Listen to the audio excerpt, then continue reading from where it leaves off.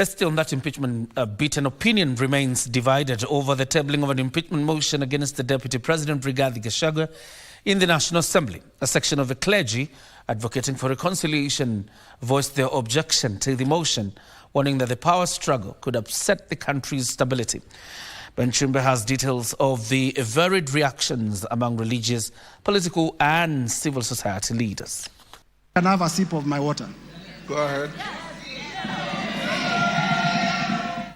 A day after an impeachment motion against the Deputy President was introduced in the National Assembly, a cross-section of Kenyans, religious and political leaders have added their voice to the action of the Senate. A section of the clergy under the umbrella of the Association of Pentecostal and Evangelical Clergy of Kenya want President Ruto's administration to prioritize reconciliation.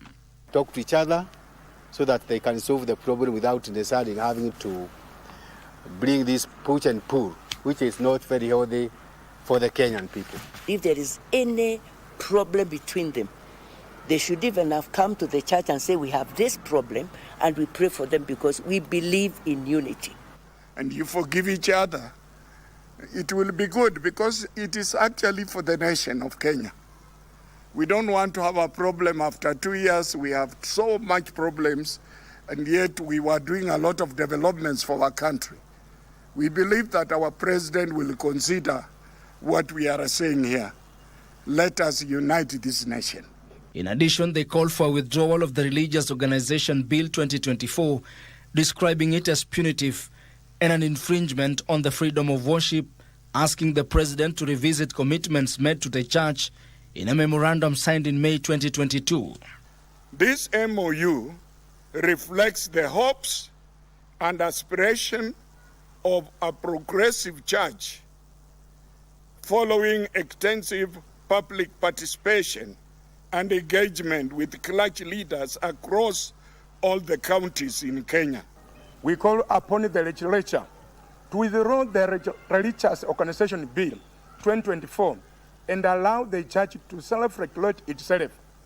We stand firmly against any attempt to impose foreign or inappropriate regulations on our worship practices, while we are committed to addressing local religious leaders within our ranks. This comes as religious leaders from Murang'a called on political players to set aside their political differences for the good of the country. Sababu kukiwa na amani, kwa kila jambo kitaweza kuendelea.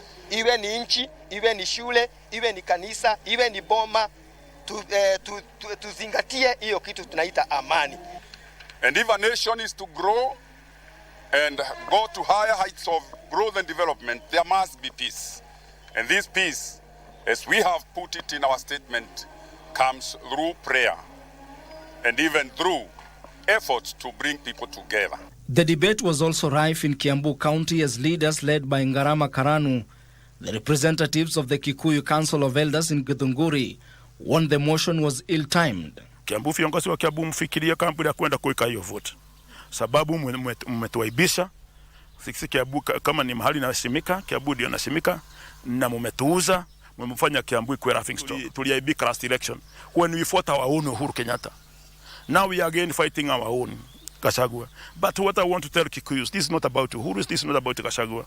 This is about the community. The National Assembly is expected to debate the motion on Tuesday next week. Chumba, Prime Edition.